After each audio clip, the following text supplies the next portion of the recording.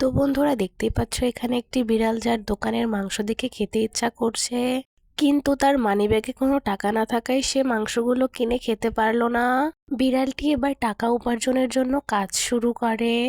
সে মালিকের বালি, সিমেন্ট এসব গাড়িতে করে টেনে দেয়।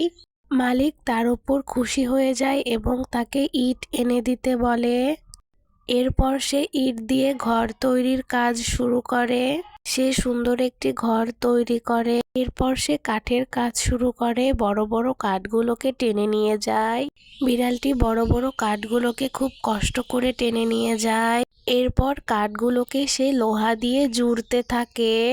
এরপর বিড়ালটির মালিক তাকে কয় টাকা দিয়েছিল তা যদি তুমি জানতে চাও তাহলে অবশ্যই চ্যানেলটিকে সাবস্ক্রাইব করবে।